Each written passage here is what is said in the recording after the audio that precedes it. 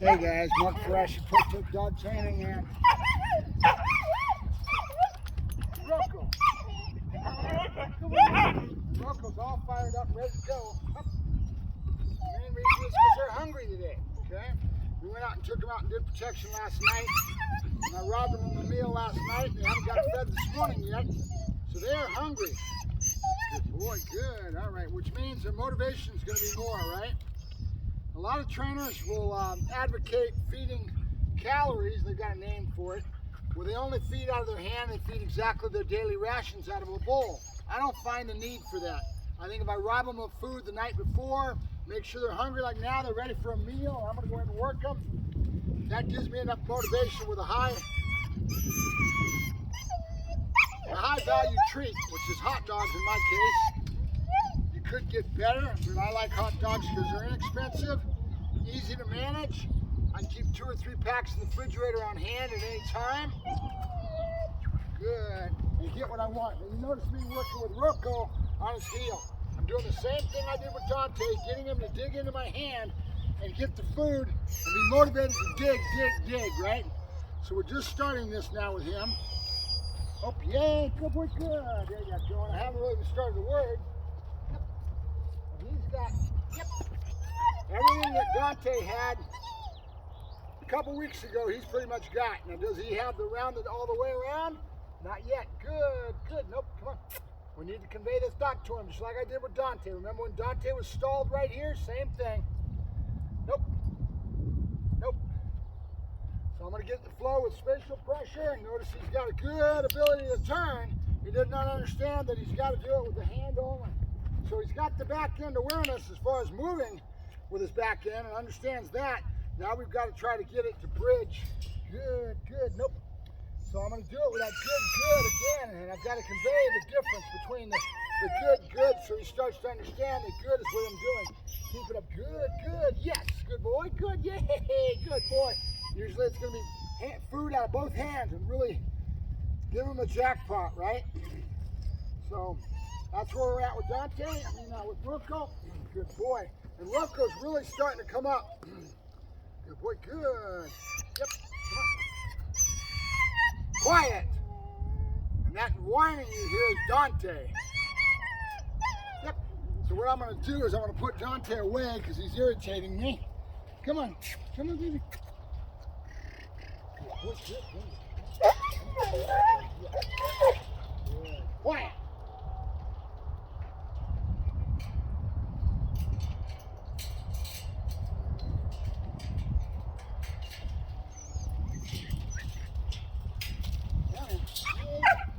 So I'll put Dante the noisemaker in the truck and I'll be right back.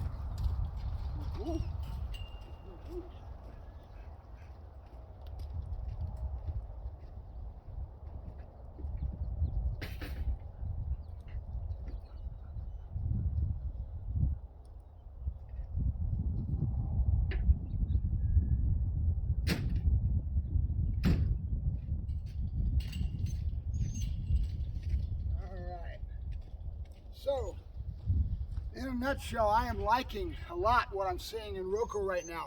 And it's mainly because he's got so much motivation for the food, he's hungry. But he's also at a stage in training that I can get the development going for all the way around the bowl, 360 with just my hands, so that's my next goal. I can start into that healing routine and get his neck up and start getting him into that healing pattern where he's in the right body posture next to my leg, right? So that's our objectives and our goal. Remember, always think about what am I trying to achieve with the dog. See, I'm putting this together all the time. I may not know right away when I come out, but I catch it real quick just by watching the dog's behavior and knowing the full picture of what I'm after, right? So let's pull Roco out again. Come on, Roco. Quiet.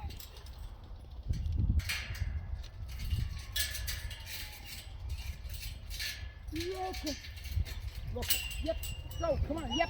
You ready? Are you ready? Let's go. Come on. Let's go. You ready? Good boy. Good. Yep. Now what I need to do.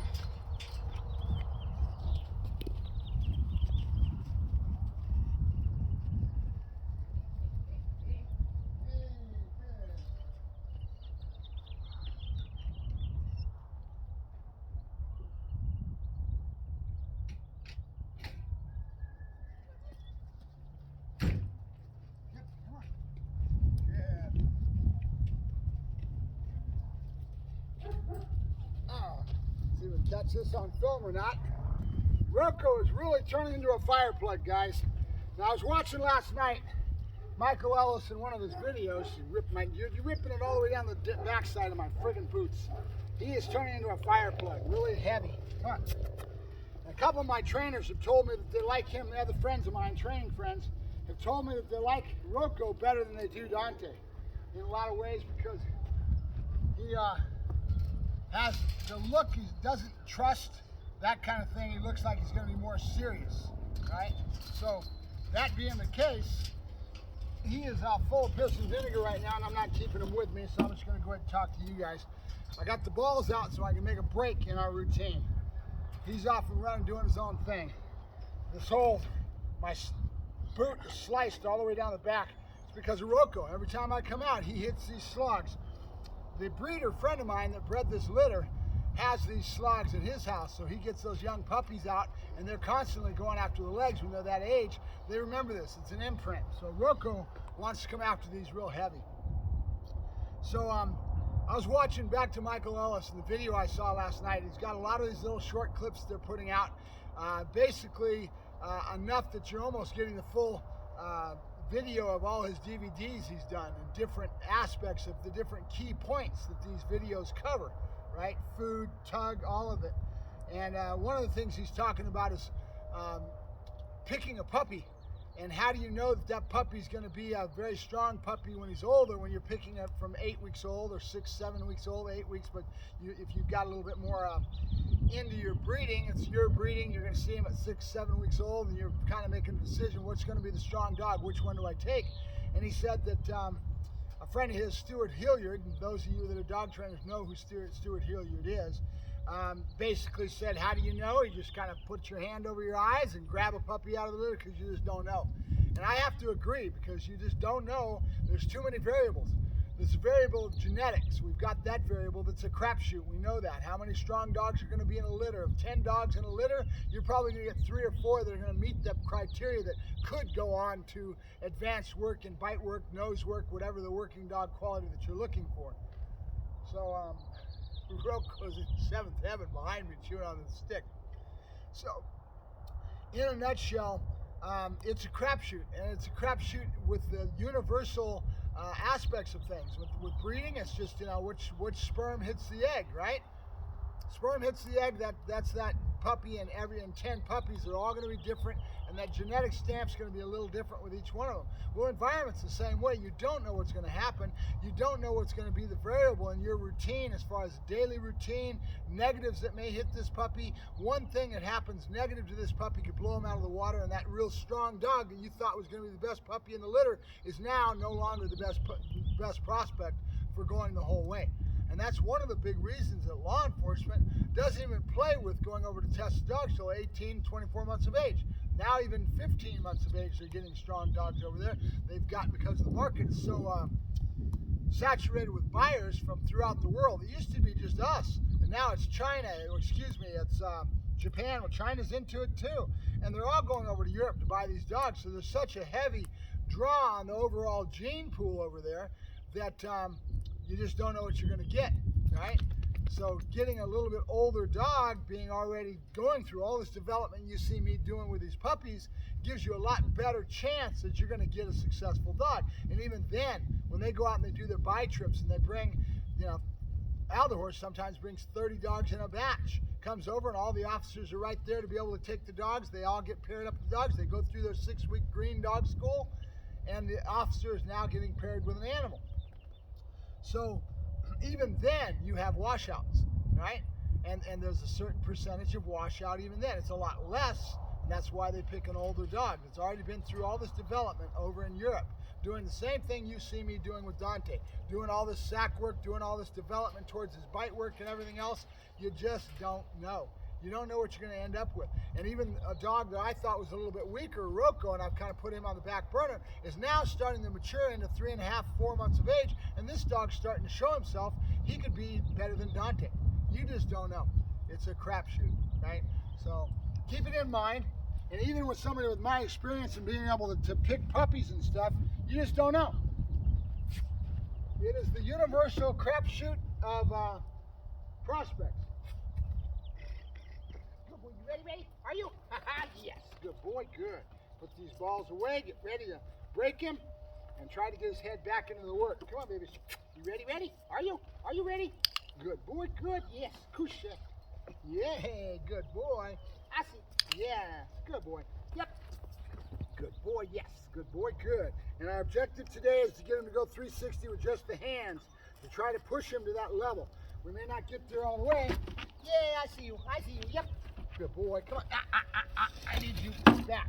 I only had that forward so I could talk to the camera. Come on, let's go. Yeah, you go. Good boy. Yay. Come on.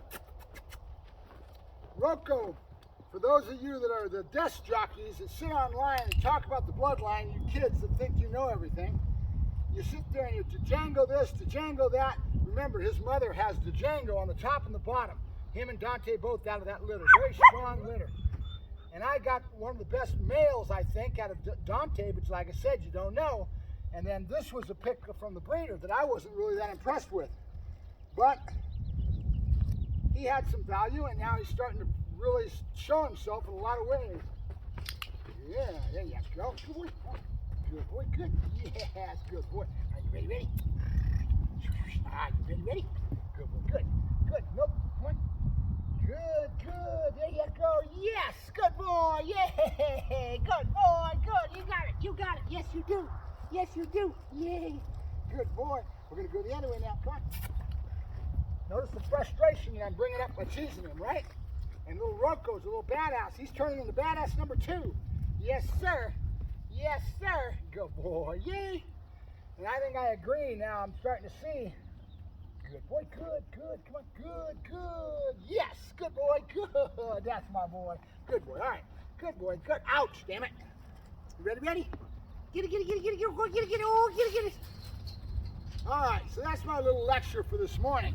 Remember, there's nothing more than a universal crapshoot. No matter how you study, how well you study your R&D on your bloodlines, and you think you've got the best litter, it's all about what sperm hits the egg and what you get. Every litter is going to be different, even with the same male and female. They breed Kilo and Gina again. You're not going to have the same. You might have a total weak litter all the way across the board. You just don't know, right?